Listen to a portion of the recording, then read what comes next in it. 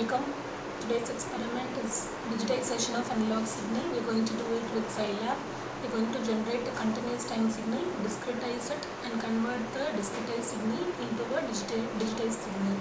So the process is the analog signal is given to a sampler, samples are taken, quantized and given to an encoder to get a digitized signal. So sampling, the frequency of sampling Fs is equal to 1 by Ts sampling frequency, and Nyquist criterion has to be satisfied. Fs must be greater than or equal to 2fm is a Nyquist criterion. There are three types of sampling. This is ideal sampling, where we take samples at instances of the analog signal. This one is natural sampling, so samples are taken bitwise, and flat top sampling. And so we are going to follow the ideal sampling. Formula for sampling are Q1 is we follow the Nyquist criterion for sampling. For quantization, the formula is Q1 is equal to Vmax minus Vmin by L minus 1, and Q is D minus V minimum value, amplitude minimum value by Q1. So quantization, we have two methods, rounding and truncation. So rounding, we round off the value, we truncate to the nearest lower value.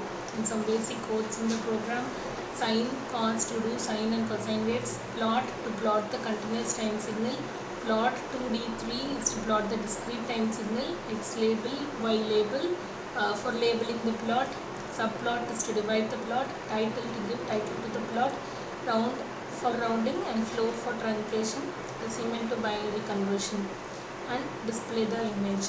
So here the program is digitizing of the analog signal, clear, close, all that, and then the maximum amplitude value is 5.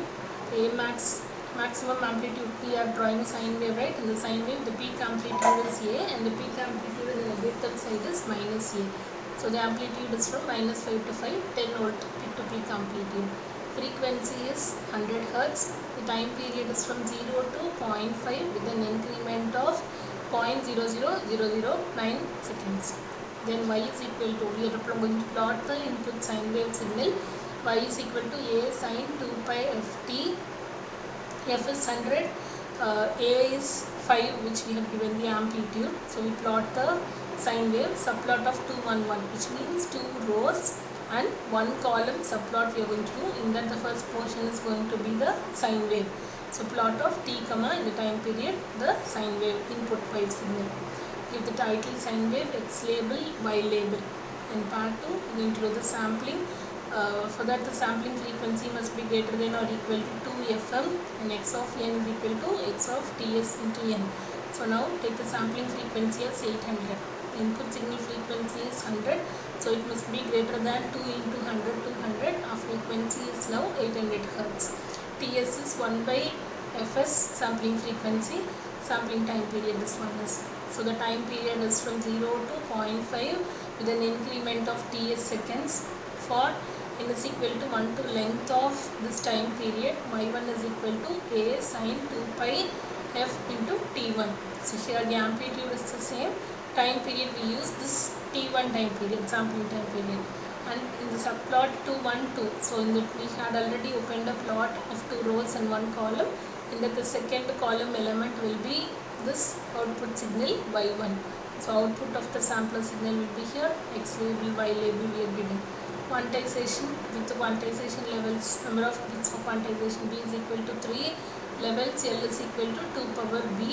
Quantization, A max minus A min by number of levels minus 1, and the quantized value is y1, the final output, sampled output, minus A minimum value, minus 5 volt, divided by this quant1 value, and we round it to the nearest one and convert the decimal to binary value, display it. Then y3 equal to floor of, floor is for truncation, truncating the quantized value and display the output. So now we will run the program.